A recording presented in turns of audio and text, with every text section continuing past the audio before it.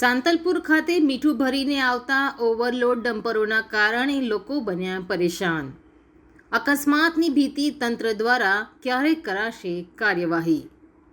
સાંતલપુર ખાતે મીઠું ભરીને આવતા ઓવરલોડ ડમ્પરોના કારણે વારંવાર અકસ્માતની ઘટનાઓ બનતા લોકો ત્રાહિમામ પોકારી ઉઠ્યા છે.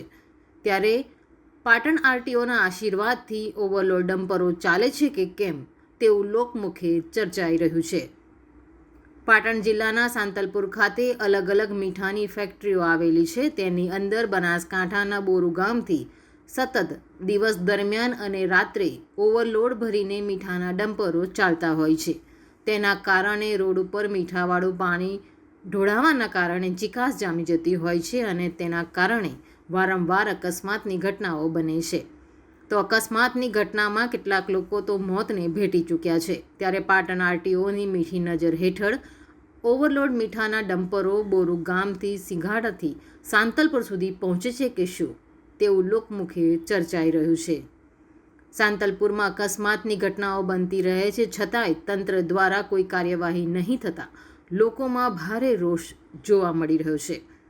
તાજેતરની ઘટનામાં જોઈએ તો રોડ પર પડેલા મીઠાના કારણે વધુ એક શાકભાજી ભરેલી ગાડી પલટી મારી ગઈ હતી. તો અનેકવાર સ્થાનિકો બાઇક ચાલકો ભોગ બની રહ્યા છે. વાહન ચાલકો અનેકવાર અકસ્માતના ભોગ બની રહ્યા છે, છતાંય તંત્રના પેટનું પાણી હાલતું નથી.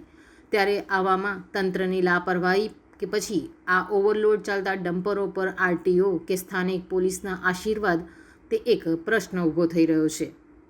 અવારનવાર અકસ્માતની ઘટનાઓ સામે આવતા લોકો ત્રાહિમામ પોકારી ઉઠ્યા છે. ત્યારે હવે પાટણ આરટીઓ અધિકારીઓ કોઈ એક્શન લેશે કે કેમ તેવા અનેક સવાલો ઉઠી રહ્યા છે.